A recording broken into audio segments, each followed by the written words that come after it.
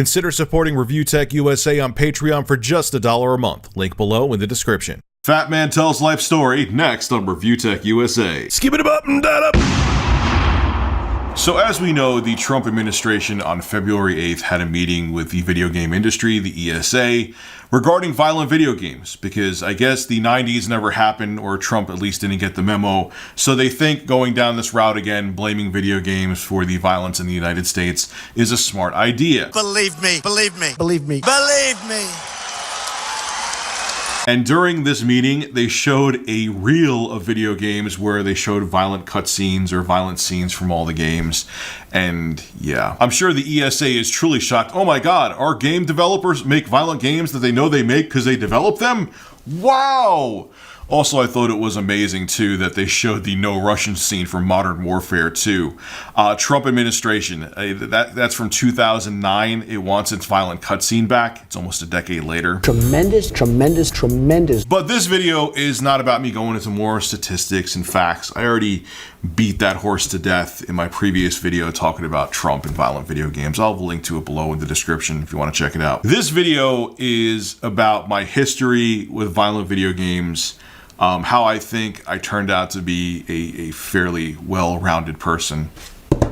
Fat jokes, insert them here. I have played violent video games since I've been a kid, and they've been an escape for me and helped me let out my aggression. They didn't make me build up aggression. So let's start the story. I think it's fairly interesting and entertaining, so here we go. My first foray with violent video games started back in 1992. I was in 6th grade, and at the time I was very excited for the Sega CD.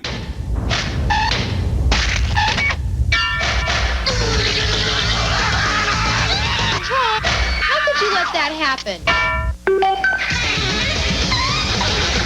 That wasn't too bad, kid. Pretend it's a game.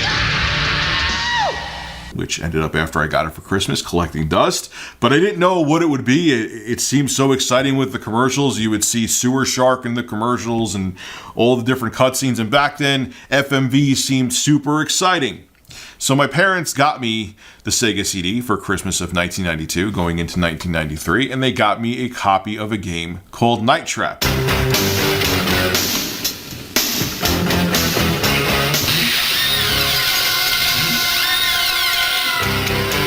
Which, interesting side note, the first copy I got of the game actually had a circular scratch on it, so we had to go get it exchanged.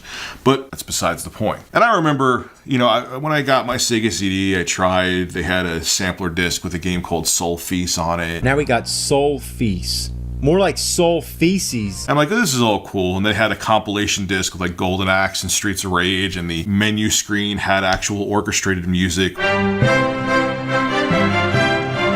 Which, you know, back in the early 90s blew your mind.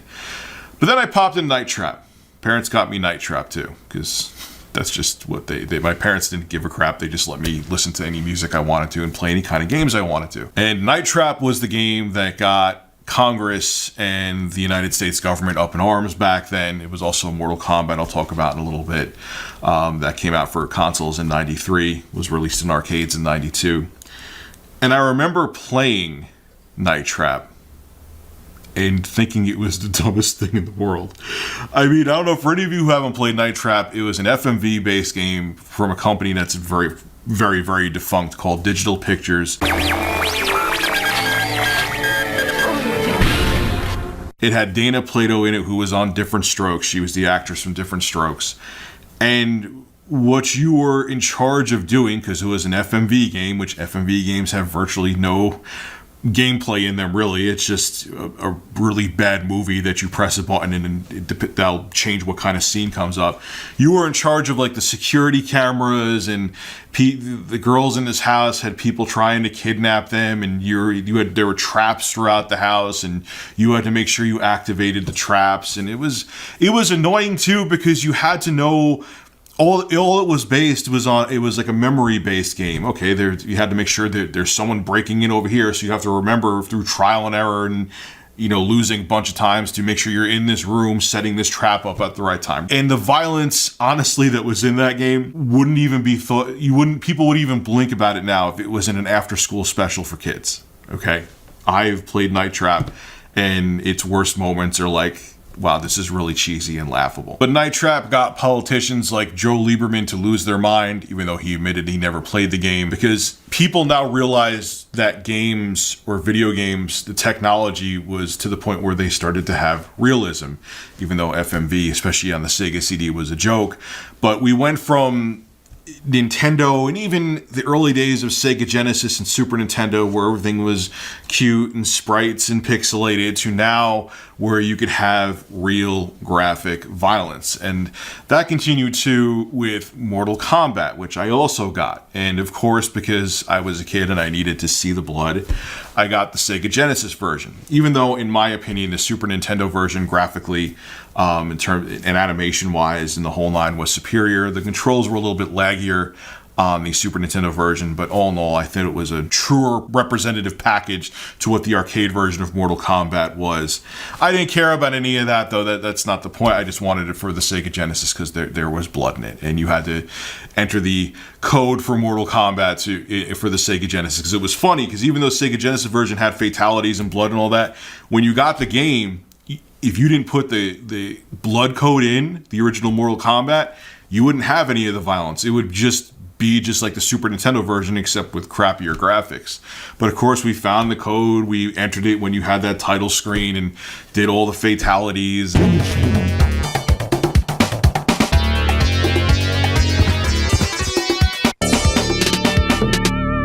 It was just fun, man. That came out in 93. There was Mortal Monday. It came out for the Super Nintendo, which no one bought, even though it was the superior version. It came out for the Genesis, came out for the Game Boy. That version was terrible. Came out for the Game Gear too. And none of these games made us violent. They were just a good time. We realized it was just a fictional game. And to see politicians in Washington flipping out over games like Mortal Kombat, which Night Trap, Mortal Kombat, and Splatterhouse 2 combined were the reason that the ESRB came into fruition, where they had, the rating codes on the games. It really, if anything, it was just fun, and it was an escape. I remember playing with my friend Mike during the summer of 93, Mortal Kombat all the time. And it was just a way to pass time during the summer when you were a kid and had nothing else to do.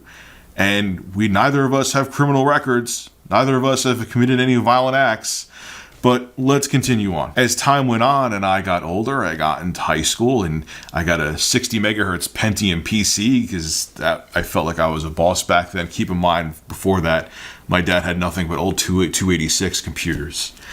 And the games were fun. I remember getting Doom for my PC, and Hexen and Heretic, and you're sitting there, if you played Hexen before, you have blunt weapons and you're bludgeoning monsters. It's crazy. And it was just that visceral, entertaining experience. You play Doom and you have the chainsaw. Now you look back at those games now, granted, Doom is still a classic and it's fun to play, especially if you ever played the Brutal Doom mod, which is an absolute masterpiece. But violent games like those, because it was an awkward time. I was just starting high school. You're learning who you are as a person, and you're learning how to socialize with other people, and you're in an awkward stage of your life when you go to play those games. And it's not like I played them all the time. It wasn't that I like escaped to them and avoided the real world, but when you just needed to vent, man, it was a great way to do it. You put Doom on your computer and you're good to go. I had Doom, and I really loved Doom, so then I got Doom 2, and then I got Final Doom, and like I said, I got Hexen and Heretic and Duke Nukem. I remember we had a clone computer, an Apple clone computer, when there was actual clones made by Motorola, and I had Duke Nukem on there, and I played the crap out of that. And you never, even as a kid, said, oh man, this makes me want to go out in the real world and do the same thing. It never did that. It never even crossed my mind. It was just, wow, this is really entertaining. Playing Duke Nukem, not only was fun, but it was funny, and it was just a good escape. Now, another interesting memory that I have, and it's proof from my own life experience on how a violent video game can quell your aggression if you're having a stressful day, is I remember when I was in college, I worked at a restaurant. And for some reason, when you deal with hungry people, doesn't matter if they're my size or skinny, people get very irrational when they're hungry. And I had this table. It was this, you could tell he was like a real, like, machismo dude that he could just see he was bad news written all over his face. And he was there with his wife. And I had to keep on passing by their table. And all of a sudden, you know, I see the guy, he's up. I guess he had to use the bathroom or something. And he goes to me, "You want to take this outside?" And I'm like, "What are you talking about? Take what outside?" He's like, "Yeah, I see you looking at my wife's tits." And I'm like, "What?" And he was like, Let's go outside right now. I see you looking at my wife's tits." And I'm like, "What are you talking about?" Like, maybe I heard them talking and I was walking by, but I did not look at his wife's boobs. I didn't look at him. And, you know, and then he calmed down, and my manager came out and calmed down, and I explained to him, I'm like, "Look, I did not look at his wife's tits. I didn't do it." So he calmed down, that he actually sat back down, even though he wanted to go outside and fight me, which I'm surprised I didn't kick him out of the restaurant. And then I'm like, all right, why would I be looking at this woman's breasts? No, I wouldn't be looking at this woman's breasts. Here's why. Because I would have to do this. They drooped to the goddamn floor. I assure you. Look, man, I'm a human being. I enjoy looking at plenty of cleavage, okay? But hers would not be ones I would want to look at. So I'm thinking to myself, not only did I just not do it in general, this dude's thinking that with his ugly ass wife that I did this? Are you serious? So, man, I was pissed off the whole day. And I remember I went home smelling like grease and food from, just what happens when you're in a restaurant. I actually liked that job, though. I worked there for a few years. And just being in a real pissed off fucking mood. And I put in Grand Theft Auto 3, and I just went around and just did pointless shit, just shooting people and beating the crap out of people and running from cops. And I forgot about everything. Because I remember I played the game for a few hours, and I stopped playing Grand Theft Auto 3. And I remember, like, I remember thinking, holy shit, I forgot about everything that happened. And I felt so much better. Does that sound like a video game made me violent? Does it sound like more aggression came out of me? If anything, a violent video game relieved my aggression from a guy thinking that I was staring at his ugly ass wife's boobs. This is what I'm saying, man. I love violent video games. Even at 36 years old, when I'm having a stressful day, whether it be because of YouTube or real life situations, it's a way to escape. And I'm so tired of politicians who don't want to actually tackle the real issues at hand using video games as a scapegoat. I don't even have a speeding ticket right now on my record, let alone having any kind of violent incidents under my belt.